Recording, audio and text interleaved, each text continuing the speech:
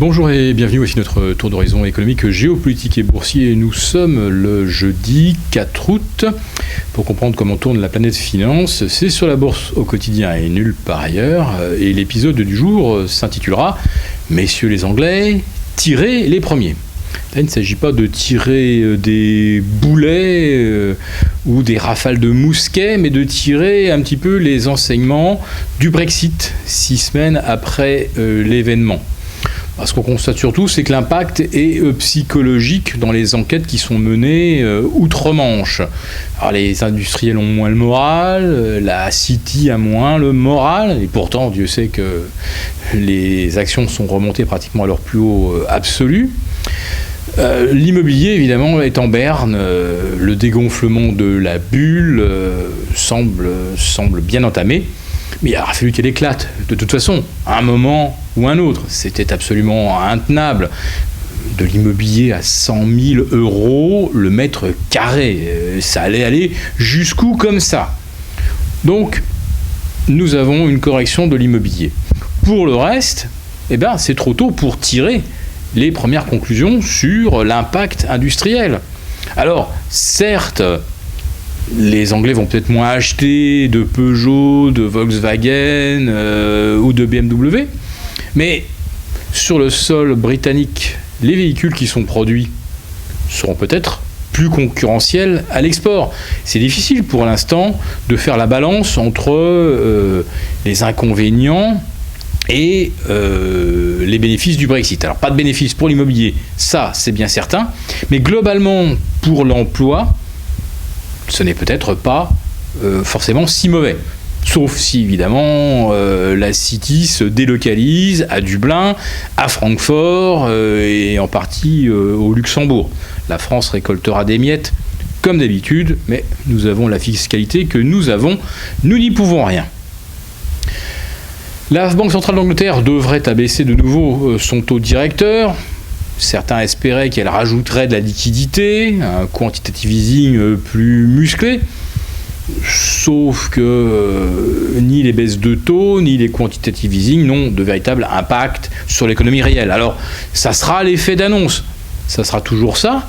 Mais, franchement, du point de vue de la Banque centrale d'Angleterre, pourquoi sortir le bazooka, le mortier, la mitrailleuse Gatling si les marchés sont au plus haut? Est-ce que la bourse de Londres pousse des cris de douleur, comme nous le disions hier?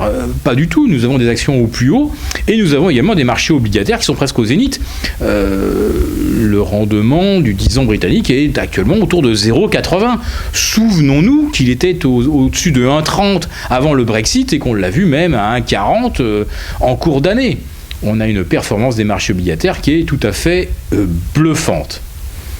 Alors, quand on voit les conditions économiques sous-jacentes et qu'on voit là où sont les marchés, on se dit que forcément, ces marchés sont pilotés, que les banques centrales entretiennent la hausse des actifs parce que c'est le dernier artifice pour entretenir l'illusion de la confiance et de la richesse.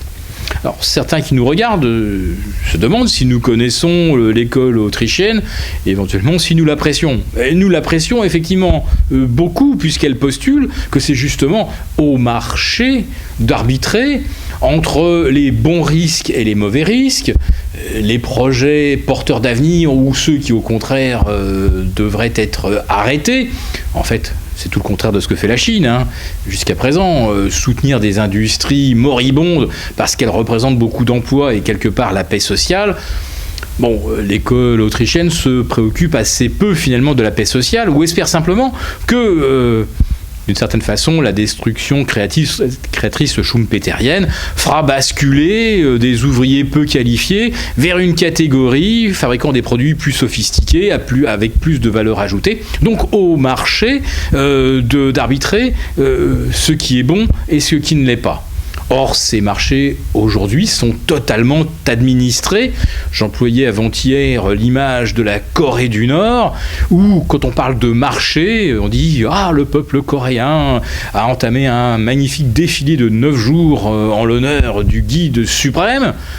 Mais non, quand le marché monte pendant 9 jours, c'est que c'est le guide suprême qui tire la manette ou qui tourne le bouton pour faire monter les cours. Le marché n'a plus aucune autonomie. Le marché ne mesure plus du tout si un investissement est risqué ou pas, si soutenir un État coûte que coûte, et y compris avec des taux négatifs, est quelque chose de raisonnable, surtout quand on sait qu'on ne sera pas remboursé à terme. En plus de ça, payer pour prêter, c'est un truc de fou. Sauf que c'est la Banque centrale qui, justement, administre l'évolution de la dette en garantissant à ceux qui l'achètent qu'ils pourront la revendre plus cher dans 3 mois, 6 mois, 9 mois, en fonction des guidance des banques centrales, selon qu'elles expliquent qu'elles vont rester accommodantes pour 6 mois, pour 9 mois et pour 1 an. C'est tout l'inverse, évidemment, des mécanismes économiques décrits et sur lequel l'école autrichienne a émis des règles de fonctionnement de l'économie qui sont aujourd'hui totalement subverties, totalement mises entre parenthèses. Alors d'autres nous disent, mais vous continuez de prôner l'achat d'or, alors que finalement, le marché obligataire vous aurait rapporté plus. Regardez les performances des Bund, des BTP italiens, puis des Gilts britanniques dont nous parlions tout à l'heure. La performance des marchés obligataires depuis le début de l'année est bluffante, surtout par rapport aux actions qui ne font pratiquement rien.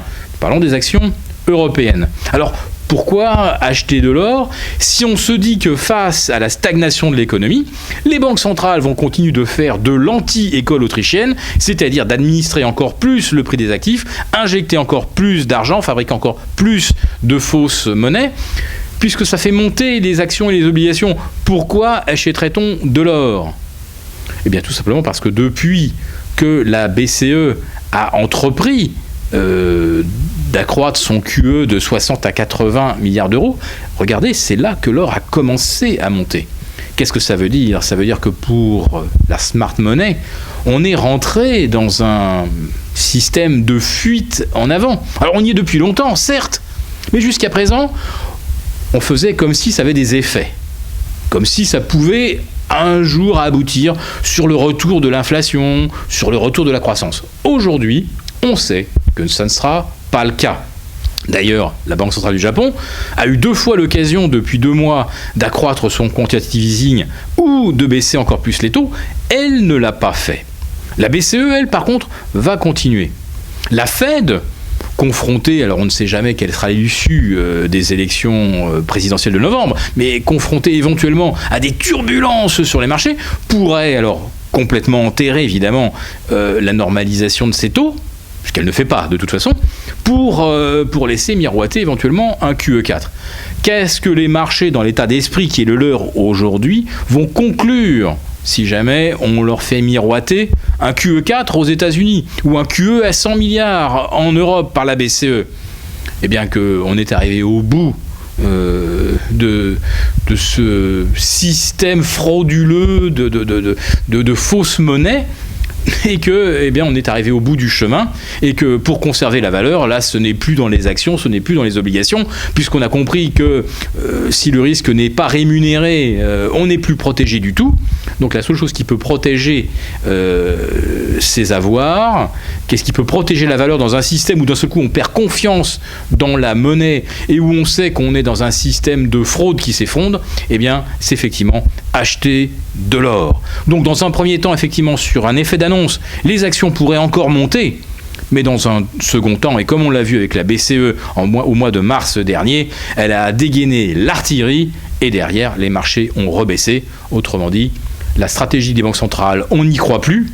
Alors peut-être qu'effectivement, on va y revenir à l'école autrichienne, mais après le grand reset.